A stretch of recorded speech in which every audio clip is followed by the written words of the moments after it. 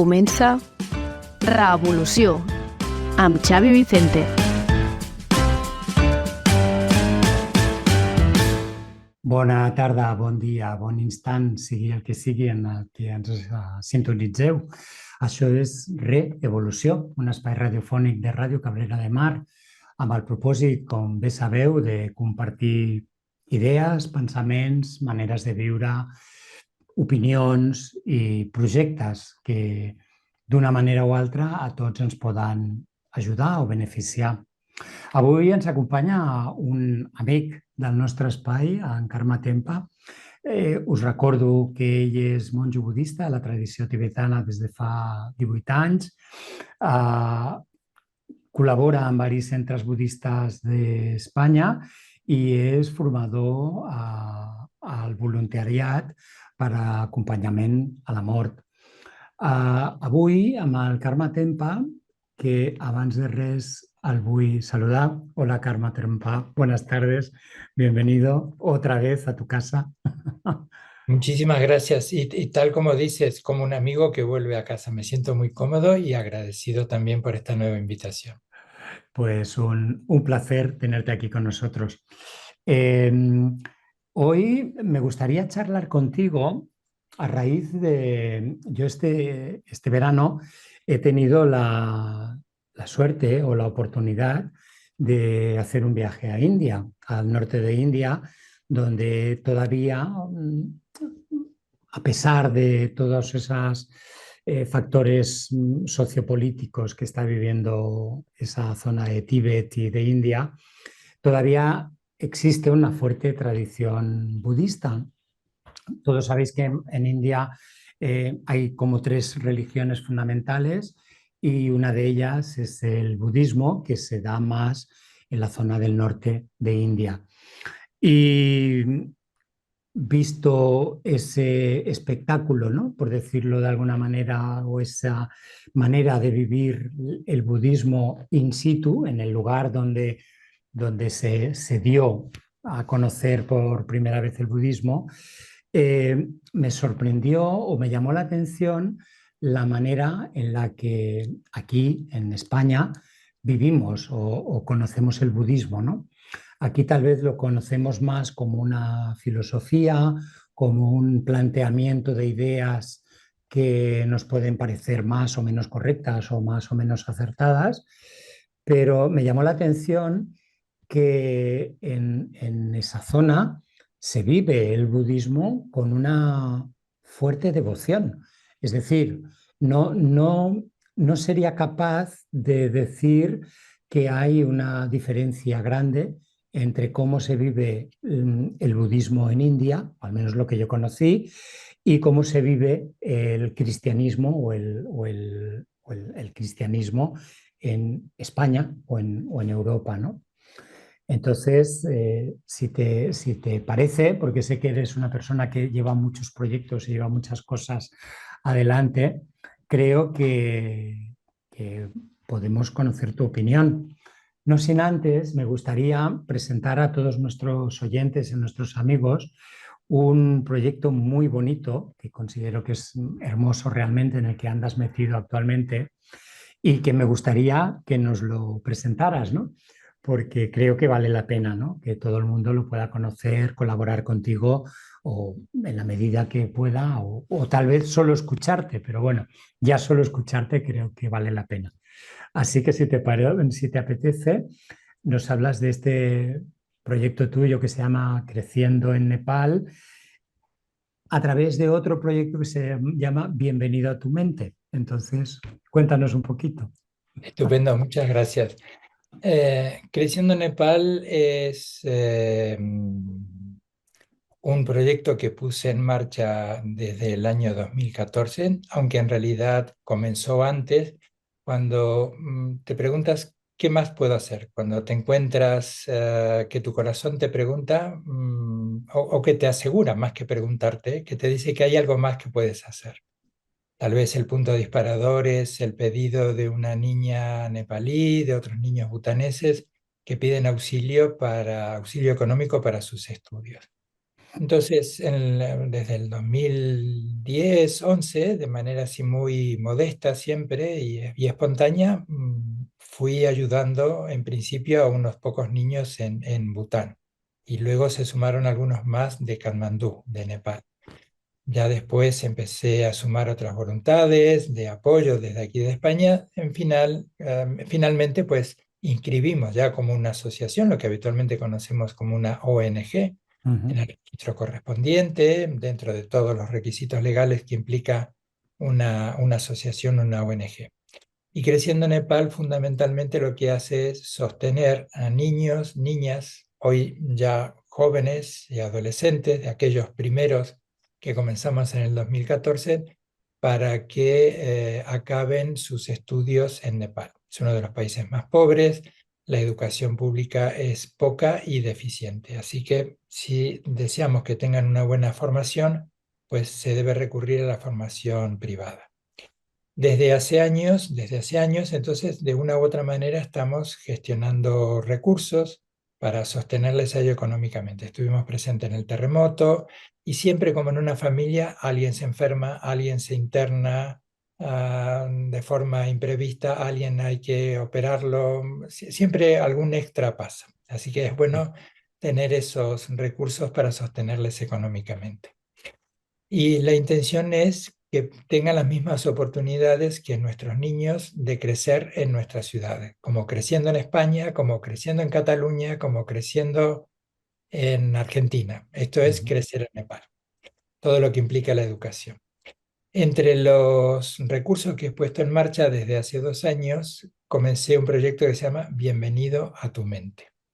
En Bienvenido a tu mente, pues ya todo el mundo estará intuyendo que está presente allí en la instrucción y en la atención plena, en la autocompasión y en la compasión. En definitiva, darnos la bienvenida a nuestra mente y a nuestro corazón, utilizando las enseñanzas budistas, trayéndolas, y esto tiene que ver con la presentación en un lenguaje contemporáneo que nos resulte cercano, cómo podemos trabajar con nuestro potencial para poder abordar nuestras dificultades y nuestros interrogantes existenciales. Y ya estoy por poner en marcha un nuevo ciclo de Bienvenido a tu mente, que tiene dos vertientes. Una, como una suerte de unos encuentros mensuales donde hay un punto de encuentro que es un libro, pero fundamentalmente el libro Compasión Radical de Tara Brach, pero lo vamos a tomar como un apoyo, como una excusa para hablar de nosotros, de lo que nos pasa, de sentirnos integrados en un contexto que nos ayude a explorarnos y que ayudemos a otros también en sus propias miradas. Y luego, a partir de diciembre, también en Bienvenido a tu mente, voy a poner durante un año con lo primero que acabo de decir es una aportación que yo hago absolutamente gratuita, es una invitación que no tiene coste alguno. Ya es simplemente escribir un correo a bienvenidoatumente@gmail.com. Bienvenido a tu mente, todo junto, bienvenidoatumente@gmail.com. Allí voy formando luego grupos de WhatsApp con los teléfonos quienes me lo quieran dar y voy enviando algunas instrucciones por semana, comentarios, etc. Y luego ya de una forma más sistemática y más enfocada a la atención plena y a la compasión y a la meditación, comienzo en diciembre y eso voy a pedir una aportación que la totalidad de esa aportación va para la asociación Creciendo en Nepal. De hecho, el aporte se hace directamente a la cuenta del banco por transferencia o por Bizum a Creciendo en Nepal.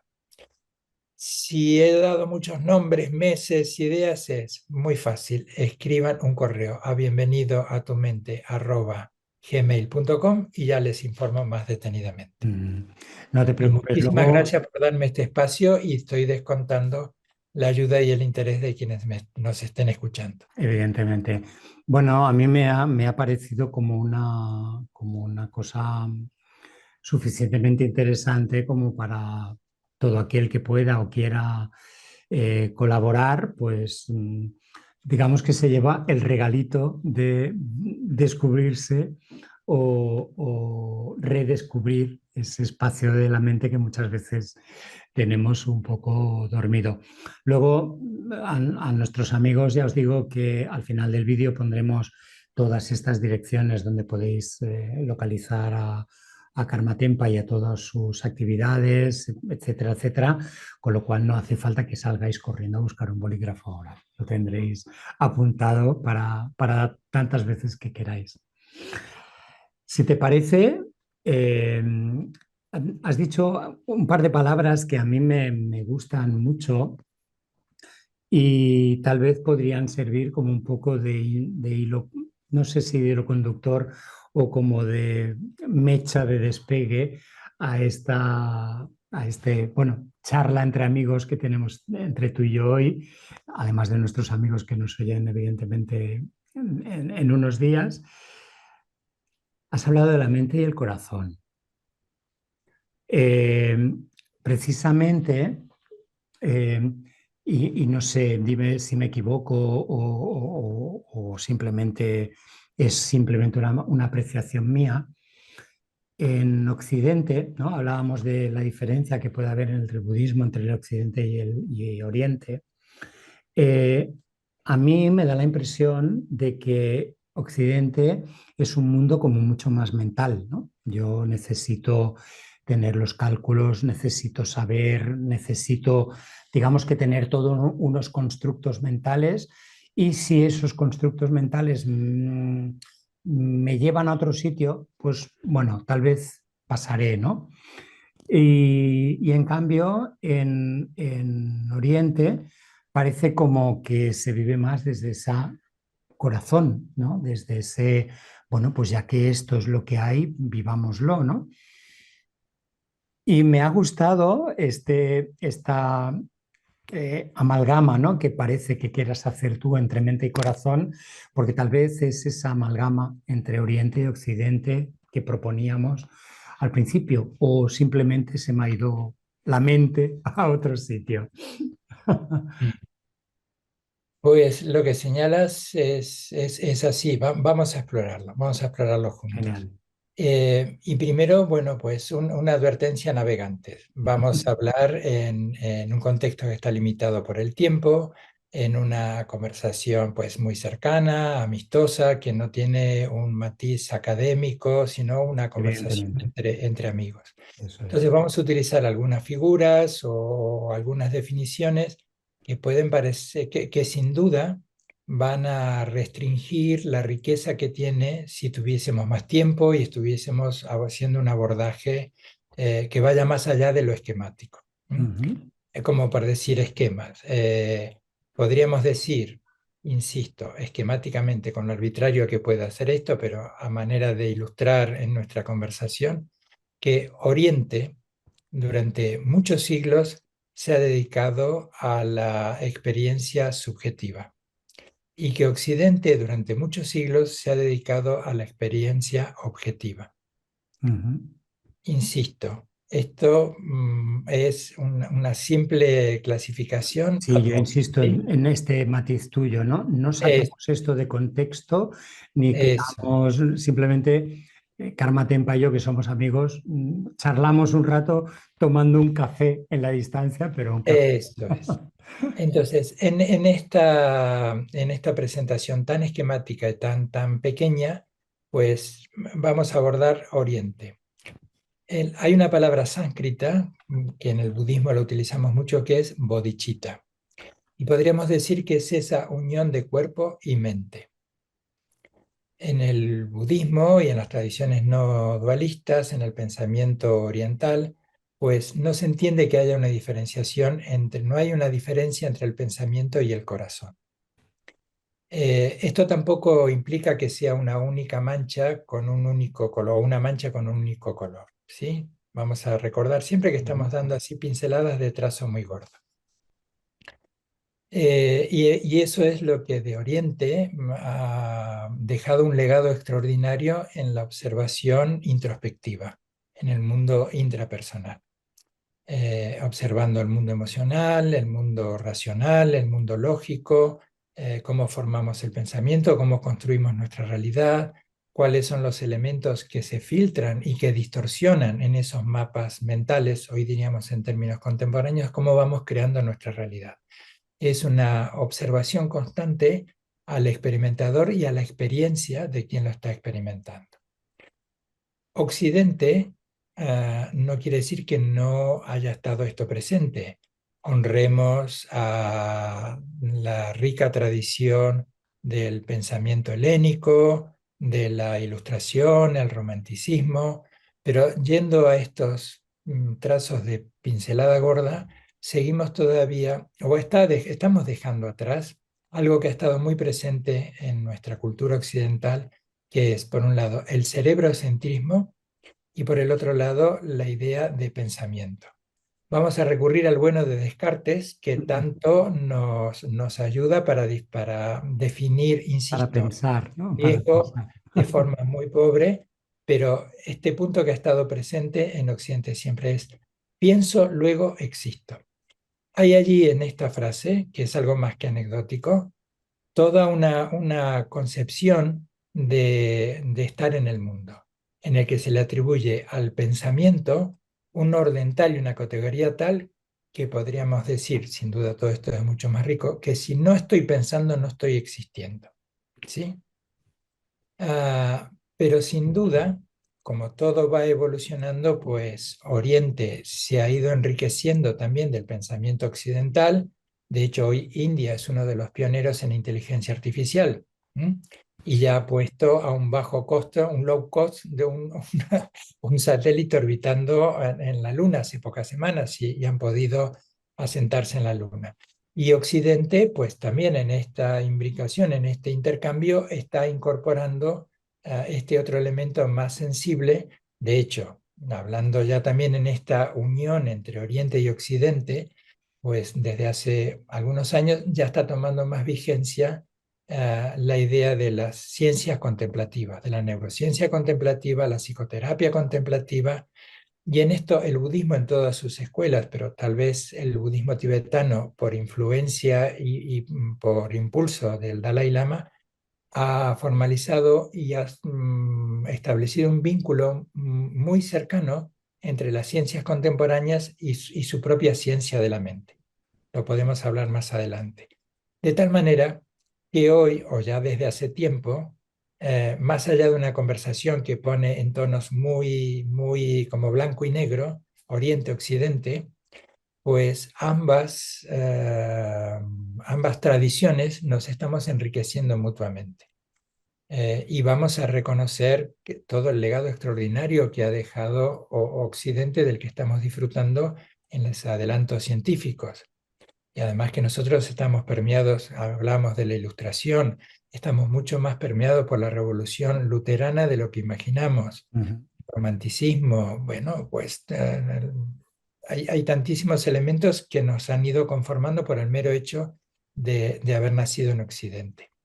Y hoy está más presente esta idea, se está haciendo más presente, que ya no es tan cerebrocentrista, que ya estamos hablando de neuronas del corazón, de neuronas del intestino, la importancia de la alimentación en nuestros estados emocionales. Ya hay una mirada más amplia, que en parte está enriquecida por las tradiciones budistas, pero también está enriquecida por su propia trayectoria. Entonces, bueno, hay matices y hay elementos en los que podemos encontrar que conversan y dialogan muy bien y se enriquecen, y hay otros elementos en el que es bueno y saludable y respetuoso que se mantengan cada uno en su contexto. Me parece curioso, ¿no? Lo que estás diciendo. Iba tomando notas y, bueno, he tomado lo que he podido, ¿no? Comulgo totalmente contigo, ¿no? Con este pensamiento descartiano, ¿no? Parece que si no pienso, como que no tuviera ningún valor. A mí, tal vez me llama un poco la atención, y a ti qué te parece, que hay como cierta connotación de pensamiento entre una religión y una filosofía. Y muchas veces, o en estos últimos años, en mi bagaje personal, eh, he descubierto que hay una cantidad de místicos cristianos brutales, igual que hay una Maravillosos. cantidad de místicos budistas, hinduistas, musulmanes de todas las religiones, con lo Sí. cual eh, me da un poco la impresión, no sé a ver si a ti te resuena un poco, que muchas veces nos da vergüenza lo propio, ¿no? Decir, bueno, yo soy cristiano, pero no puedo ser cristiano, he de ser otra cosa, ¿no?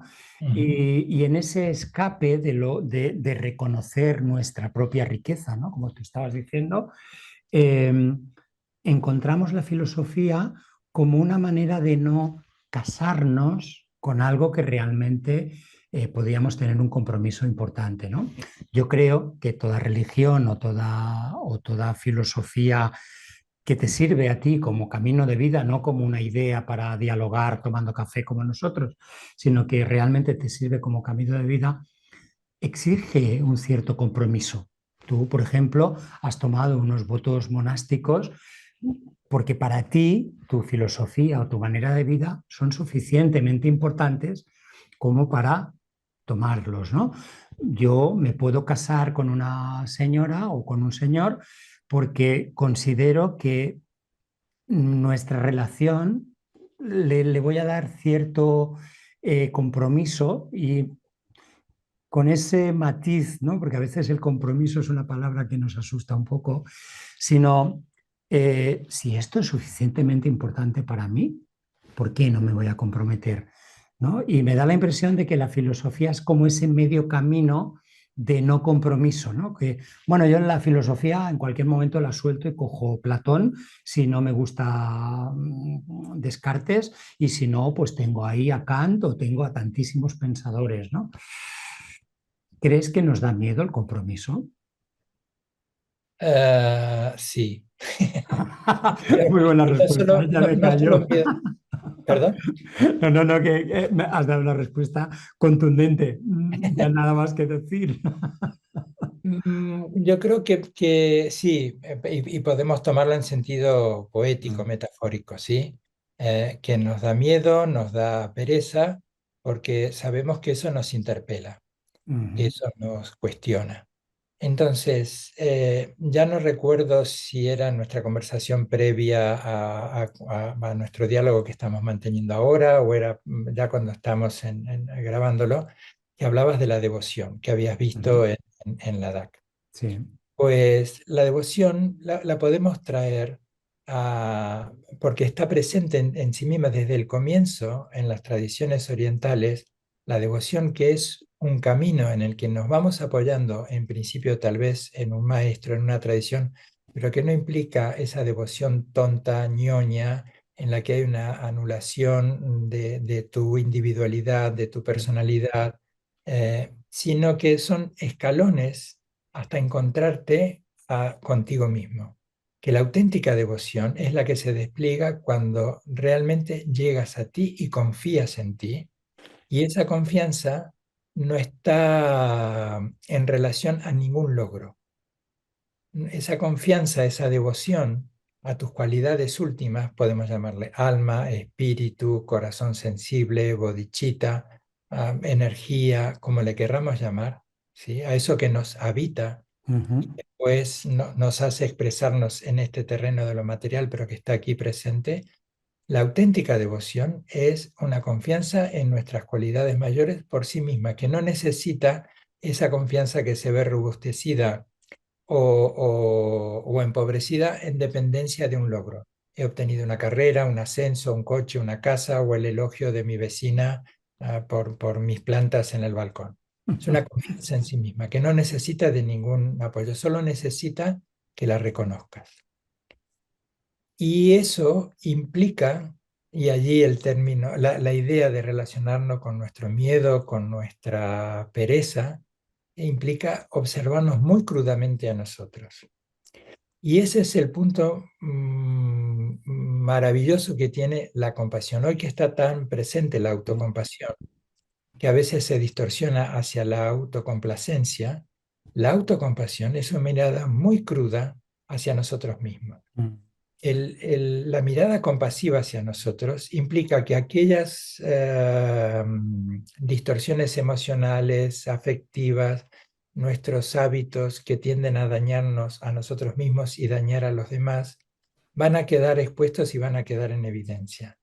Si lo vemos desde la compasión, estaremos viendo nuestra confusión y estaremos comenzando a encontrar las causas y las condiciones que nos hacen estar confusos para poder liberarnos de esa confusión. Si esos aspectos más oscuros, más difíciles de nosotros los vemos sin compasión, los vamos a utilizar para incrementar ese sentimiento de falta de valía, que hoy es un sentimiento epidémico en nuestra población de Oriente y de Occidente. Se expresará de distintas maneras: no valgo, no doy la talla, no llego a las circunstancias, no me lo merezco. Esa mirada cruda, auténtica, es como la mirada de un médico que debe hacer un diagnóstico muy auténtico de lo que está pasando para luego establecer un tratamiento. Así que esa mirada hacia nosotros se hace con ese principio de confianza delegada, que es la devoción de confía en ti. ¿Qué es lo que te dicen todos los místicos? ¿Qué es lo que nos dicen todas las tradiciones? Después pueden estar los modos en que lo dicen. También están las distorsiones de esas voces institucionales de uno y otro matiz que a lo largo de la historia ha causado daño. Pero la esencia de todas esas tradiciones, y de las tradiciones filosóficas de Occidente, de las tradiciones filosóficas místicas de Oriente, pues están apuntando allí, están apuntando a tu corazón. Solo tenemos que ponernos de nuestro lado, porque todas las tradiciones místicas están de nuestro lado. Somos nosotros que tenemos que ponernos de nuestro lado. Y eso implica, pues, vernosla con nosotros mismos. Y ese es el punto que de manera como intuición o como certeza no queremos enfrentar. Y es lo que nos hace estar perezosos o temerosos. O temerosos. Uh-huh. Realmente me gusta mucho de la manera en la que presentas la compasión, ¿no? En Occidente la compasión siempre se ha tomado como una cosa de penita, ¿no? Hay que tener lástima del otro, pobrecito, hay que tenerle compasión. Y el concepto compasivo budista, ¿no? Esta mirada cruda, me parece maravilloso, ¿no? Es ver sin filtros, ¿no? Es ver la verdad que hay ahí, ¿no? Como tú decías, es un médico que de qué le servirían sus prejuicios si el paciente se le iba a morir, porque lo está mirando mal, ¿no? Claro, claro. Es como si llegara a urgencia y en vez de ver la herida que tiene, dice, pues no está bien vestido. Eso O es. qué elegante se le ve. Sí, sí, sí. Esos zapatos no le combinan con la herida, ¿no? Sí, y que pasa el próximo paciente, Claro, claro. claro, claro, claro. Me encanta el huerto, el jardín que has abierto Uh-huh, con lo de la devoción, ¿no? Porque uh-huh. creo que el camino devocional, eh, creo que es, diría que imprescindible en algún momento de toda de todo aquel que de una manera u otra nos movemos en un ámbito espiritual, ¿no? Eh, Porque devoción es aquel impulso que te lleva a querer hacer algo que te han contado que puede ser bueno para ti, ¿no? Sin Uh-huh. más, o sea, es como muy parecido a la fe, pero como muy profundo, ¿no? Porque la devoción, creo, supongo que tú nos lo puedes explicar mejor, es como esa certeza que hay en mí de cuál es el próximo paso que debo dar, ¿no? Más una certeza, yo sé, ¿no? No me expliques por qué, no me preguntes por qué, pero yo siento en mi corazón que lo que tengo que hacer ahora es esto, ¿no? Sí. Para mí la devoción es ausencia de miedo. Y en ese abandonar ese miedo del que estábamos hablando recién, vas acompañado, te van acompañando. La mente es un barrio peligroso, solemos decir, y hay que ir muy bien acompañado. Vas acompañado de una maestra, vas acompañado de un maestro, vas acompañado de compañeros, vas acompañado de la sabiduría, de la compasión. vas a perderte en esos laberintos de tu historia personal, vas a encontrarte con zonas oscuras, con desiertos, como con valles fértiles y con un horizonte que está allí iluminándote. Vamos a encontrarnos con todo ello. Ujú. Y ese punto de ausencia de miedo es el que nos permite liberarnos de esos viejos hábitos que estamos tan sobreidentificados con ellos, que nuestro temor es, si dejo mi tendencia a la ira, en el que yo me reconozco como el cascarrabias de la familia, como el irascible del trabajo, ¿quién seré si ya dejan de reconocerme y de reconocerme yo mismo como el irascible, como el caprichoso, como el que se irrita, por poner ejemplos muy cercanos?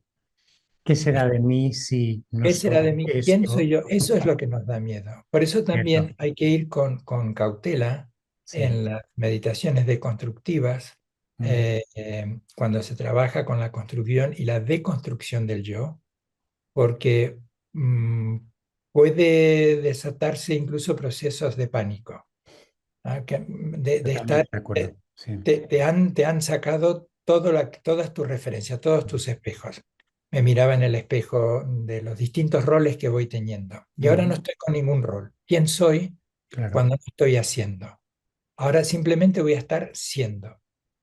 Y ese estar siendo, que es un desprendimiento de esos roles, que luego los asumimos inmediatamente cuando nos ponemos en modo operativo, pero Mm. en ese modo trascendental, en ese modo espiritual, llegar a ese punto es necesario ir acompañado con ese punto de confianza. Por eso decía que el gurú, la maestra, el tutor, como le querramos llamar, Ujú. no implica sumisión, devoción tonta, conferirle una autoridad. Son corazones nobles que con su Mm. experiencia te van acompañando como nuestros mayores nos acompañaron cuando estábamos poniendo de pie y ya nos dejaron luego que anduviéramos por nosotros mismos. Me La recuerda devoción, esto, estamos ya en los últimos minutitos, me sabe muy sí. mal, pero bueno, no me sabe muy mal porque ya tengo excusa para volver a quedar contigo en muy poco tiempo. Ujú.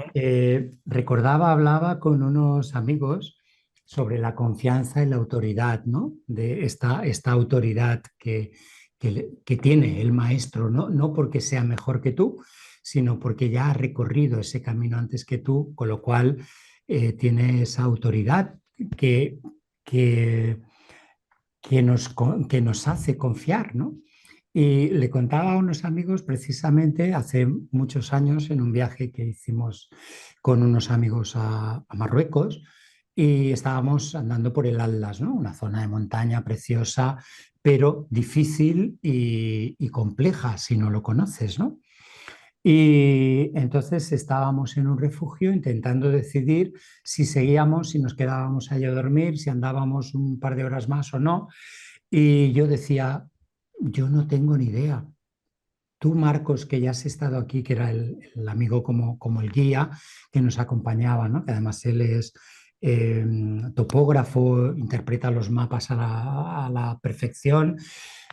Lo que tú me digas, Marcos, es lo que yo haré, porque yo confío en ti.